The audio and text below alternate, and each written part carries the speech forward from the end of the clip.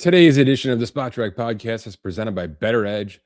Visit bettoredge.com right now. Grab the app in the iOS App Store. Use code SPOTTRACK, SPOTRAC at registration for $20 on the house and get cracking on week 15 of this NFL schedule. It's a big one.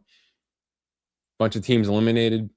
Bunch of teams trying to resort themselves in the playoff picture in the hunt. And, man, some big quarterbacks on the outside looking in right now.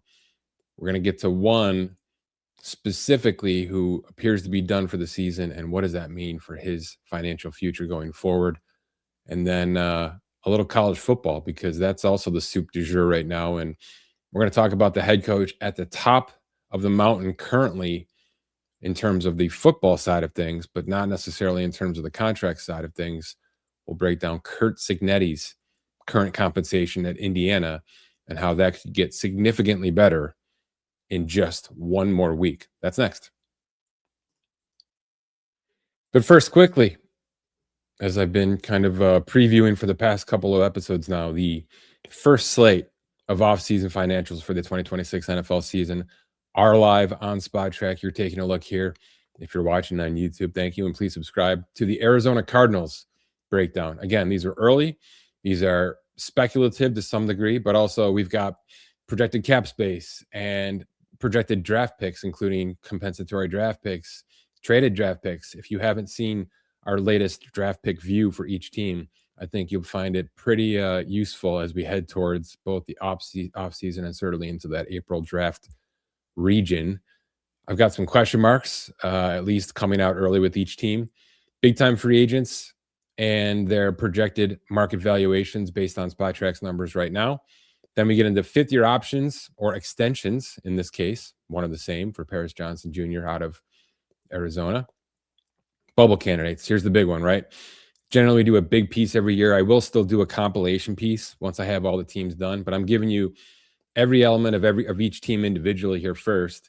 So release candidates, potential trade candidates, obviously Kyler Murray, the big one here, and as much information as I can give you out of the gate in regards to the current contract and where things could be heading. And then finally, not too much meat on the bone here for Arizona, but any kind of potential cap conversions I can see as a good fit, right? So that's taking salary, making it signing bonus, putting some void years on there to free up cap space, and then obviously some team links to go from there. That's the format for these off-season previews. Each team will have a little bit different element depending on the nature of what they're presenting. Some will have a ton of meat on the bone. Some will be sort of slim and trim. And again, it's just early. Based on our 2026 numbers, we're projecting a $304 million and change salary cap next year. I believe that's a 9% increase over this year, which is what we currently had in 2025. Obviously, some wiggle room on that as we get towards more official things, but plenty to get to. We've got the Giants, the Saints, the Raiders, the Titans, the Cardinals, and a couple others coming down the pipeline. Basically, the plan here is just to launch these things when teams are officially eliminated from the playoffs. So that's going to come fast and furious over the next 18 days or so. We'll try to keep up with this as much as possible, and you will be able to see these attached to each of the 32 NFL teams going forward. All right. Daniel Jones, unfortunately, man, the timing is brutal on this one. It's an Achilles tear. It's the right side, so he's got a left fibula tear break and a right Achilles tear. And the timing couldn't be worse for both him and the Indianapolis Colts, who are now 8-5 and sliding down the AFC playoff picture pretty darn quickly. Jacksonville is ready to pounce. Houston is already pounced. We'll see where things end up in the next 4 weeks or so. But obviously, this puts everybody in a terrible situation involving both Daniel Jones, his camp, and the Colts, who are at the moment trying out 44-year-old Phillip Rivers, because not only is Daniel Jones hurt, backup Riley Leonard is hurt, backup Anthony Richardson remains on IR with an eye injury. They do have Brett Rippon on the practice squad, so my guess is it'll be some kind of combination of Brett Rippon, Phillip Rivers, maybe Sam Ehlinger, who is on a practice squad right now and could be poached in the next couple of days here before the Week 15 set. So we'll see what happens, but it's kind of all hands on deck for the Colts and their quarterback room heading into Week 15. For Jones specifically, Um, look, we were already having that conversation where this was smelling, looking, feeling exactly like Sam Darnold with Minnesota last year. And what happened? There was a week 18 disaster, a postseason disaster. And it not only took Darnold's payday in Minnesota off the table, it took the franchise tag and basically any kind of future he was going to have with them. And they regret it. Let's be perfectly clear about what happened there. So I think evidence from that was on Jones's side here. And as we said a couple of weeks ago at the deadline, the uber aggressive move to bring in Sauce Gardner from New York for multiple first round picks was a shot into the sky to the rest of the league that not only are the Colts feeling themselves, rightfully so, they were the number one team in the AFC at that point in time, but they want this thing to be sustainable. Sauce Gardner was not a rental by any means, as you can tell by the package they gave up. This was a player that's coming in for the next minimum three seasons on a guarantee to solidify the back end of that defense. And in regard, that had to mean that Daniel Jones had a future in Indianapolis. You're not going to do one without the other. One hand had to have fed the other there because they don't have a way now in that first round over the next couple of years to go and get a top flight replacement at the quarterback position. Now, certainly they can use a second round pick. We've got a bunch of mid-round picks playing starting quarterback right now in this league. They're not exactly the great ones, but we've got some. Okay. Long story short, there's no question in our mind that Daniel Jones had a future in Indianapolis. So what happens now? Okay. Because up until 4 or 5 days ago, this was a player who was valuing towards 45 million, really getting close to that $50 million mark, right? The Brock Purdy contract is going to be the line in the sand for many of these agents who are trying to get their current quarterback up to that next threshold. So that's the Baker, that's the Daniel Jones. We'll see what else happens with Darnold out in Seattle because things are going very well there on a mid-30s contract. And then obviously we start talking about CJ Stroud and Bryce Young at some point in time here over the next few weeks. But just on its surface, this was going to look like a 4 for 180, around 45 million a year, 2.5 years of that guaranteed. You've heard this story a million times. Or, and the non-exclusive franchise tag. I can tell you right now, we ran some numbers this week based on that 304 salary cap, based on some things that are, our math is telling us that number should be around 46 million for the quarterback. That's about a $6 million increase from 2025. So it's not value by any means, but it is exactly where Daniel Jones currently values in terms of our market valuation system. So it's kind of an apples to apples scenario in that regard, which meant that slapping the tag on him in February and giving yourself a couple more weeks to figure out exactly how this is going to go on a multi-year situation had to be the plan for Indy. That had to be where we were headed here. Now, look, they're not going to be flush with cap space. All right. They've got, I think, 50 and change right now, about 57 million 2026 cap space, according to our numbers. There's obviously ways to open up more, but you slap a $46 million tag offer on Jones, and most of that has been depleted.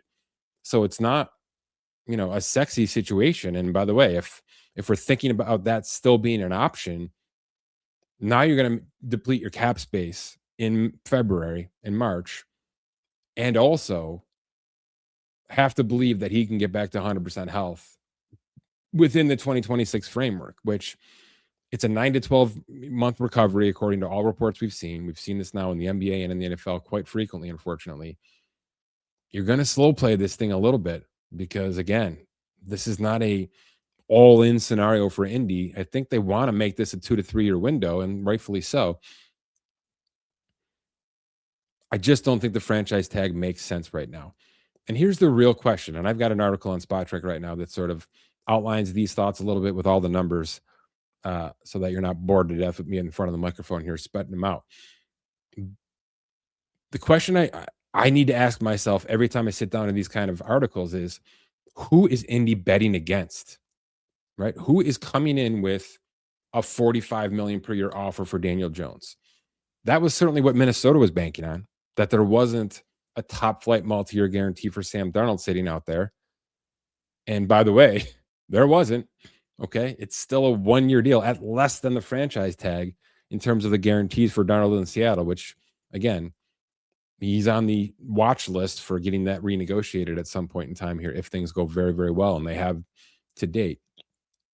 So again, more proof for Indy from Minnesota and Seattle that we can think that this player has made himself a top flight quarterback in the league and that any team in the league will want him until March 11th hits and Daniel Jones becomes a free agent and he's got a couple of phone calls with minimal, undervalue offers.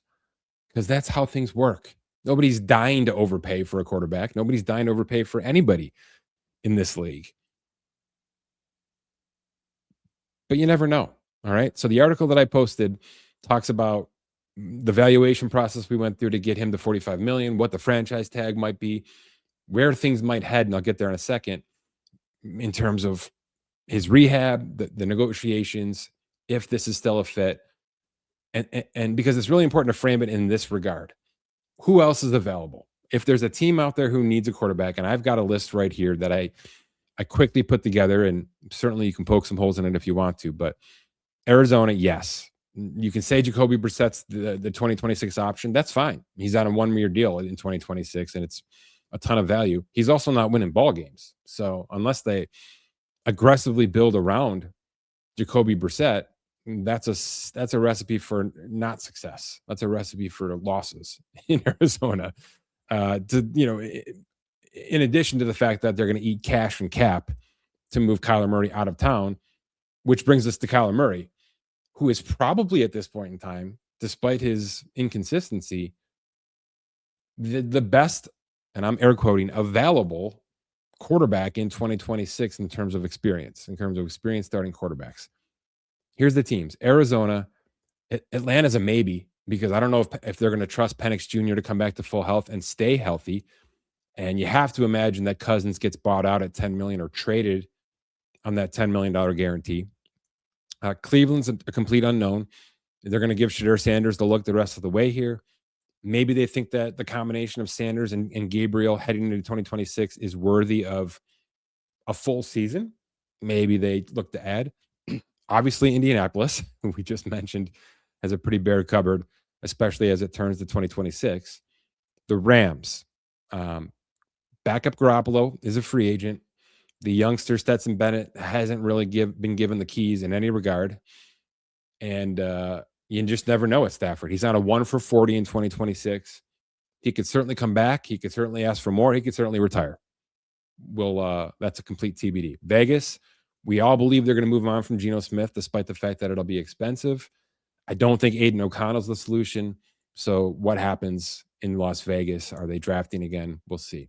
Miami, it seems like they're going to keep Tua because the contract says they should, and they're actually starting to win a bunch of ball games, maybe in spite of him, but certainly with him at the quarterback helm.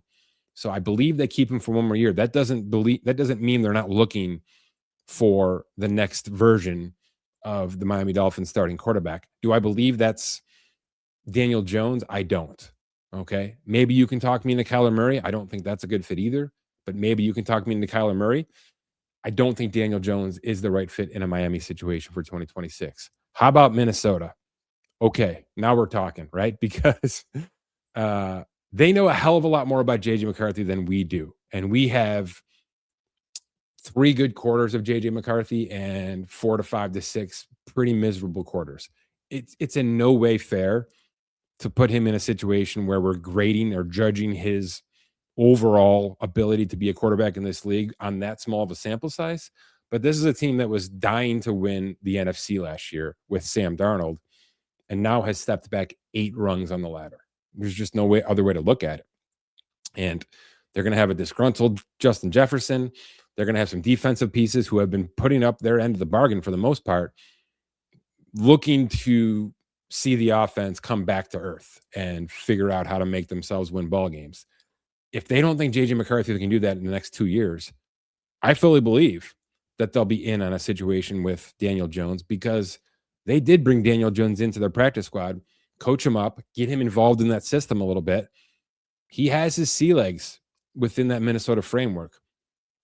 It's an option. Now, Kirk Cousins is an option, but he might be on his last leg, for lack of a better term. We have to see where it gets us. But that's a team that I could absolutely see being in. Now, are they going to highball Indy with an offer? No, they're not. They're looking to string this along a little bit. And by the way, taking Daniel Jones with a 10-month recovery on his Achilles is crazy risky, but I think they'd consider it. The Saints feel like it's Tyler Shuck and maybe another draft pick coming. That's what it feels like they'll do. I don't believe they'll drop a veteran into this situation, but you never know. How about the Jets? Of course. I don't think Daniel Jones is a good fit for that Jets situation, but they'll take anything right now because Justin Fields is a fail. Tyrod Taylor has improved the situation, but he's at an age where he won't be able to stay healthy, nor should they consider him even their short-term option. And he's a pending free agent as well. They'll be looking for a Kyler Murray type situation. Okay. They'll be looking to drop somebody in who can hit the ground running. I don't think that gets to Jones, but I'm not going to count them completely out as an offer contender. And here's another one. Pittsburgh passed on Daniel Jones last time around, according to reports. I don't think they'll do it this time because I think they've seen enough in that system to believe that they can translate that to Pittsburgh. And oh, by the way, make Indy a weaker situation in succession. So they're in. So I'd say Pittsburgh's in. I'd say Vegas is in with an offer. I'd say Indy's in with an offer. I'd say Arizona has a chance to make an offer because they're kind of in that Minnesota world. Minnesota's in with an offer. The Jets might make an offer. There's 4 to 5 teams. Whenever we get to 4 to 5 teams in a list, it becomes 2. It's just how this stuff works. I don't think there'll be a massive market, but there will be teams looking at this situation closely, watching his rehab, understanding what he's done, because Shane Steichen has unlocked a better version of Daniel Jones than what we were able to find in New York. And by the way, the Giants, it wasn't a complete bust in the Giants. And the Giants failed Daniel Jones as much as he failed them at times. And there was an ACL tear to go with that. There was a lot that went wrong accidentally, roster construction-wise, and then, of course, Jones not holding up his end of the bargain at times. There's a little of that in Indy, but it's so much more stable. It's so much more well put together. It's so much better coached. It's just a safer landing spot for a player like Jones who isn't going to put a team on his back. That takes me back to the Indy situation. This is not a marriage that should divorce. Okay? It's just not. This is going to complicate things. So where do we end up on? If the franchise tag is off the table, and I believe it should be, despite the fact that on March 11th or March 9th, when the negotiating window opens, I do think there'll be an offer out there. 1 to 2 legitimate offers, not top of the market offers, not even $45 million a year offers. I think that number has dissipated because of this injury.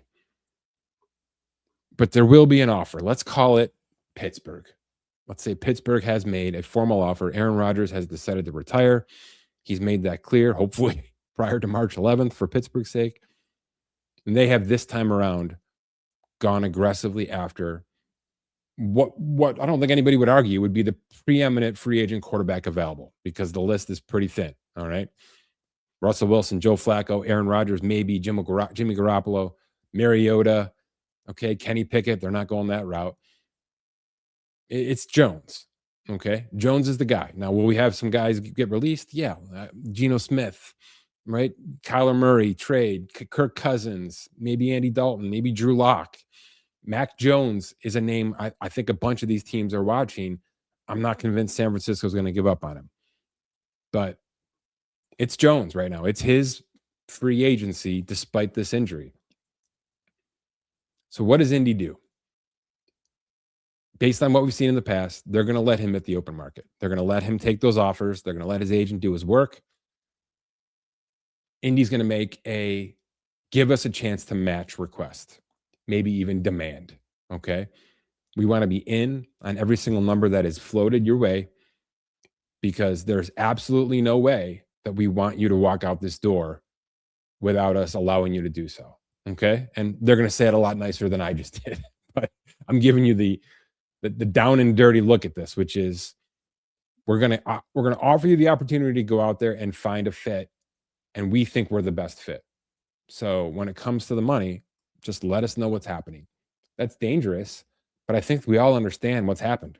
Okay. This is no longer a top of the market contract. So what should it be? Well, in the article, I referenced Major League Baseball a little bit here because obviously it's something that I follow closely, both personally and for Spot Track. We've seen a lot where a starting pitcher midway through a season, the elbow goes out, they go in for Tommy John, they have surgery within a couple of weeks, maybe within a month. That timeline of 10 to 12 months is now officially on the clock, which means the next winter, if free agency is available to them, they're an unknown. Okay. Are they coming back to their current team? Are they going to rehab on a 1-year deal? How is this going to work for a starting pitcher who is, when healthy, extremely capable of going out there and winning ball games for a team? How does this work with free agency? And often what happens is you'll see a 1 to 2 year contract, a 2-year deal, maybe a full guarantee, okay, with a not minimum, but near minimum salary in that first season, okay? Because for all intents and purposes, 25 to 50% of that season is lost to the rehab part of time. So you're banking that proration into the contract. And then there's a ton of incentives, okay? Let's say we get you back by the All-Star break and you make 12 starts, okay? Well, we'll pay you $250,000 for every start you make after 10, okay? And every inning you pitch over 40, we'll pay you another $50,000 per 10, whatever it's going to be. Incentive-laden first year salary that is near the minimum salary for that threshold. In other words, we want you here. We're not going to overpay for you while you're rehabbing, but we will pay you. And then once you get back on the mound for us, you can start to earn more and more and more as the season goes on, as long as you stay healthy. So it should be a win-win for both of us. Then that second year, sometimes it's a club option, sometimes it's a player option, sometimes it's a full guarantee. Now that salary has escalated. Not all the way up, okay? Not all the way to where that market value for that player should be, but in the ballpark, okay? Let's say it's 75% of that player's actual valuation. Again, though, incentives. And those incentives allow that player to get to at or around the price point that they thought they were going to be if free agency was happening months prior and health was full. So again, protect the team a little bit, but also give the player a chance to go out there and earn a bunch of million, a couple $1 million if all is going well and they're back to full form. And the reason players don't hate this too much is they like to bet on themselves. These are confident human beings and they believe they can go out there and do the job. And we've seen really good cases of that happening. Okay. Even I think the most recent one was Shane Bieber in Toronto, who, by the way, exercised his player option and is currently on a 1-year guarantee in Toronto for 2026. So it's a super recency bias example here. And then what happens? They get a half a year to rehab, a half year to slowly bring themselves back with incentives to make some money, a full year with incentives to hopefully cash themselves back to at or around their recent value. And now free agency is available to them. And as long as they're not 37 years old, free agency should look as good, if not better to them this time around, having gone through this bridge with a team of their choice, with incentives built in, and hopefully it's all worked out for everybody in the end. It doesn't go that way even 50% of the time, okay? And it's risky for everybody involved. But I think this is where we're headed for Daniel Jones. I think Indianapolis simply needs to look around the room and say, it's silly to move on from this guy because if he's healthy, he can win us ball games. He did it. He won 8 ball games to start the year in a situation where we probably should have only won 5 or 6. So this is clearly a fit with our system, with our coaching staff, with our scheme. So how can they structure this protected 1 year? And maybe that's all Daniel Jones wants, by the way. Maybe he just wants to run back what he did, which was 1 for 14 with a ton of incentives. Jones is going to earn around $16 million this year after his incentives completely vest, despite the fact that he's missing these next 4 weeks and then the playoffs. So this 1 for 16, that seems high, a little high for what we're getting into. We're not positive he's going to be ready for week 1. But if that's the case, let's just run it back on a 1 for 16. If he wants a 1 for 10 with some sort of guarantee option that can vest in 2027, we don't see that too often in the NFL. Great. Okay. He's 28 years old. So we're not looking at a situation where if he gets the free agency in 2027 or even in 2028, he's going to have that age red flag attached to him. Now, look, a torn ACL, a torn Achilles, those are massive red flags. But he can slow play. He can stand to bet on himself and slow play this process a little bit with a team that fits right now for at least 1 year, maybe 2. He'll make good money doing it. The incentives will give him even more money. Hopefully he'll win a bunch of ball games and he can get himself right back to week 12 Daniel Jones, right? Which was essentially MVP discussions, top of the league, top contract, etc. He can get himself back to that point within 18 months if things go exactly like we think they could go.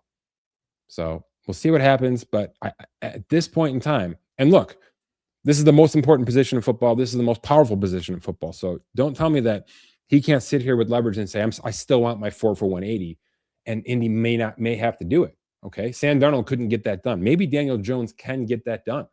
Okay. I'm going to rehab to the best of my ability through your services, through your care. And I'm going to be worth every dollar of the $100 million you're going to guarantee me out of that contract. I don't think we get to that point. To me, it's let's run it back 1 more year on the showcase, on the rehab deal. And here's the last kicker I'll mention.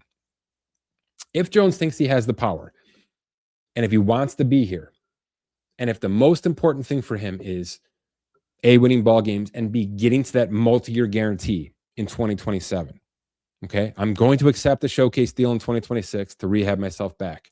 But I don't want to go through this again. He's got to work his ass off with his agent to make sure that this 1 year deal in 2026 contains the no tag clause. Do not give Indy the power to tag you, even if it's going to be $50 million, and it probably will be.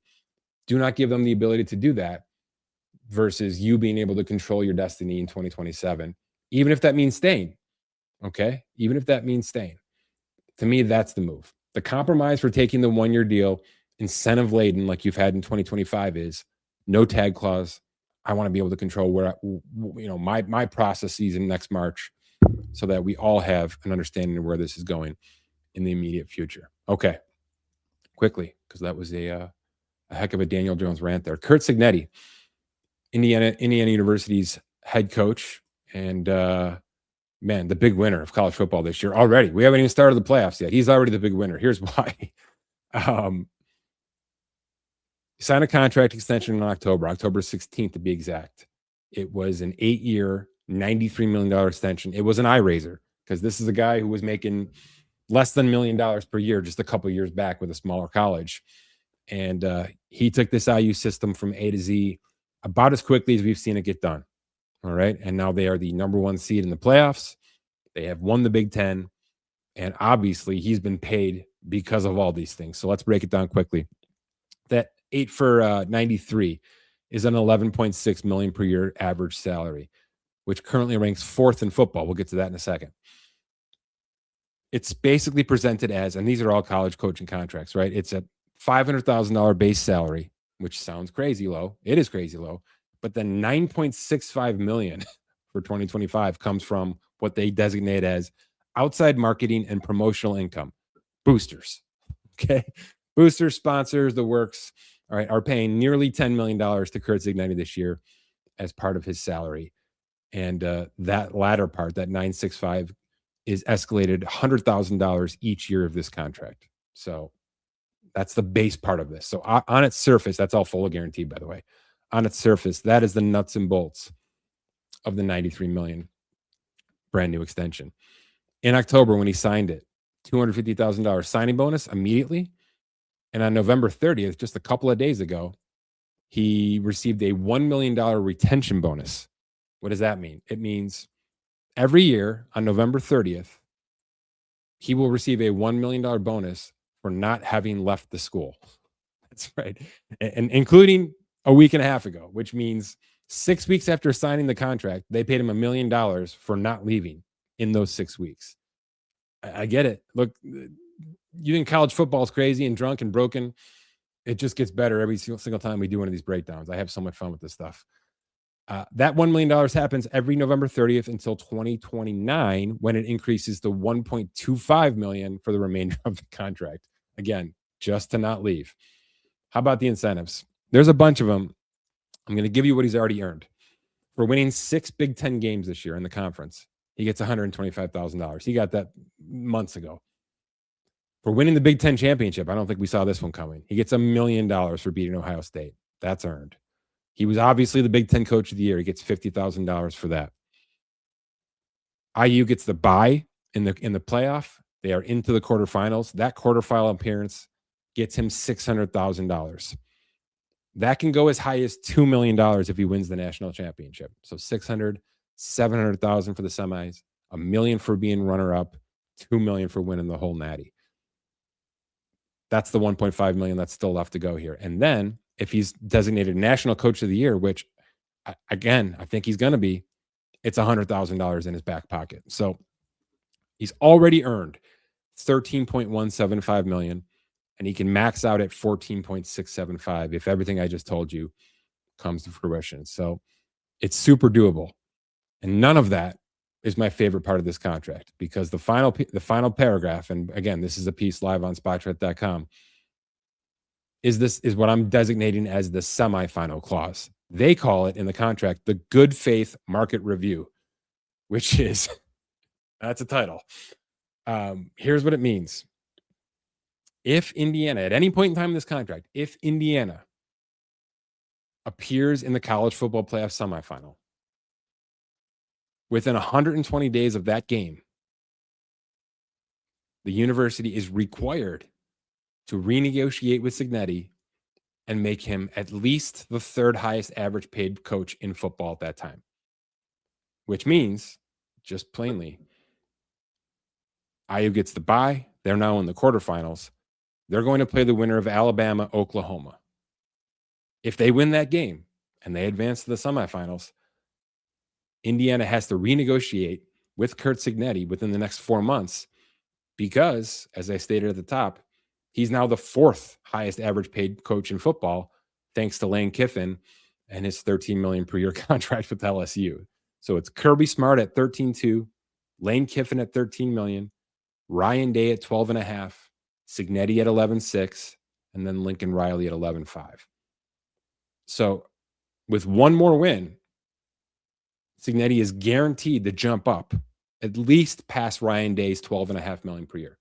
He's at least going to be a $12.6 million coach. And I can tell you right now, if he advances to the finals, I don't think there's any, he's going to have to surpass Lane Kiffin. He's going to have to be in the 13s at minimum with this readjustment. It's not a rip it up and start over, by the way. It's just a salary escalator for the remainder of the contract. Okay. Now, the one thing it doesn't state, and I can't believe it doesn't state it, is this does not appear to be a one-time clause. So if he does this again next year and 2 coaches have jumped to the top, and that's certainly possible, if he gets to the semifinals again, they're going to have to escalate him again into the top 3. It's a great clause for the coach, because here's the other side of it. If IU doesn't believe that they should be doing this, despite the fact that they wrote the contract or agreed to the contract, if they don't honor the renegotiation within 120 days, the termination fees associated with the contract are completely waived, which means that at any point in time, Curt Cignetti can resign as head coach of IU and owe them $0. He can just walk away and find another job, which is a pretty big deal, because generally speaking, that's one of the back and forths that's happens here when coaches want to go to another job, when they want to get out of the game, etc. So, there's high leverage for both areas here, but he is one win away from another salary bump, despite the fact that he's already earned over $13 million in 2025, making him one of the top paid coaches in any sport happening right now for the 2025 calendar year. All right, visit bettoredge.com, use code SPOTTREK, get $20 on the house, and start cracking away at the multitudes of options that Bettor Edge continues to offer at the highest level. For Scott Allen, my name is Mike Ginnitti. Thanks for listening to this edition of the Spot Track Podcast.